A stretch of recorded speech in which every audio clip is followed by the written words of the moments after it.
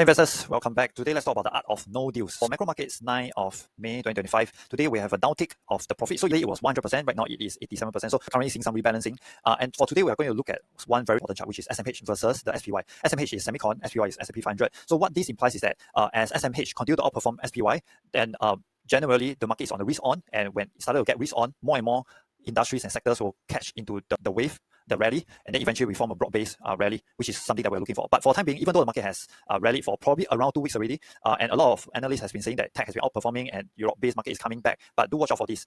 Currently, this chart has not come out of the downtrend. This downtrend started on July 2024. So here a lot of people have been happy all the way to the end of the year. I started to feel the heat during July 2024 already, because generally as semicon is the one that leads the entire market forward. So we got to watch this very. What I'm looking for is making sure that this current reading of 0.39 at least go up above 0.4, then breaking out of those previous support, then the outperformance should be able to sustain. And some of the more important news coming out fresh out of the oven, right? Like Trump says buy, and then this reminds me of 7th of April, whereby he said buy and he started already. But I personally believe that this time around it should be a little bit different. The reason why is because back then market has already oversold, and then he said buy and market rally. But this time around market has already rallied for 2 weeks, and then now he said buy. I personally believe that this might actually market manipulation again.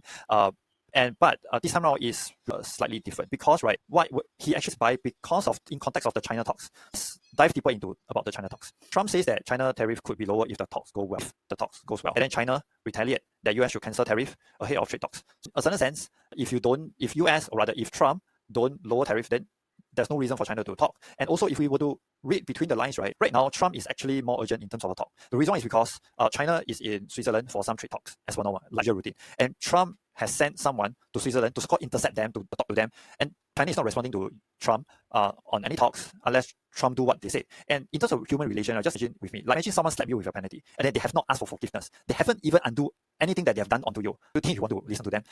Probably not. And once again, this is not just logic, this is not just emotion. There is national pride. There's national pride in it, and not just national pride, right?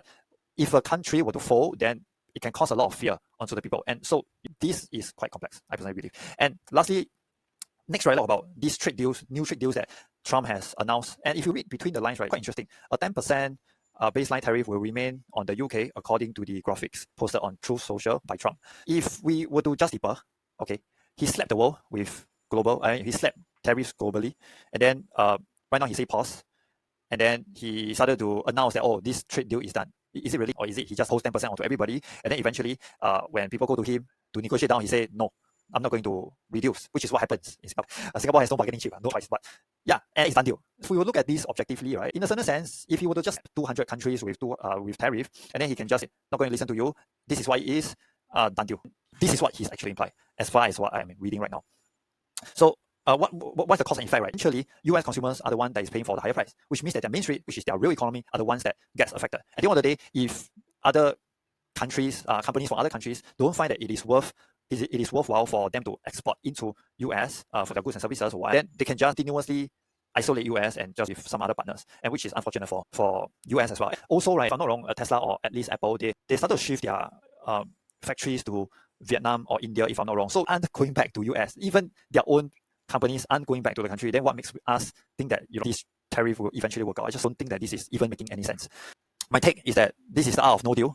There's no deal actually as a pinch of salt. Currently, where my action plan for now, currently my ETF is trading at above 13. I have a lot of cover calls at strike 13. So things I can do, I can roll forward towards next week and strike 13 for higher premium, or I can roll up, which is towards 13.5 at a lower premium, but secure more of my starting capital. My break-even is actually 15. So I go to at least 15. If I were to eventually be able to sell all of my 43 cover call at $20, then that is when I can rebuild. I can go back to my initial 100K. But usually I'm just nimble by staying weekly as well. In terms of my true evergreen wheel strategy, existing cash, in terms of existing cash, I'm doing long short wheel strategy. The short side is actually losing money because market has rallied recently. Just to continue as per normal, because it is evergreen anyway. Last thing to take note is that currently market is like euphoric. Just you to go out. Look at the rate of it. Continue to go out ever since 7th of April. Ever since Trump says buy. Take note of this. Quite a lot of analysts quite a lot of data have been showing that retail traders and investors have into the market, even though supposedly we are supposed to be fearful, but this is happening. So because of that, some achieve that. On the contrary standpoint, there might be another leg down, which is what I personally believe as well. So continue to read through the rest of the report, and I'll see you again next week. Bye.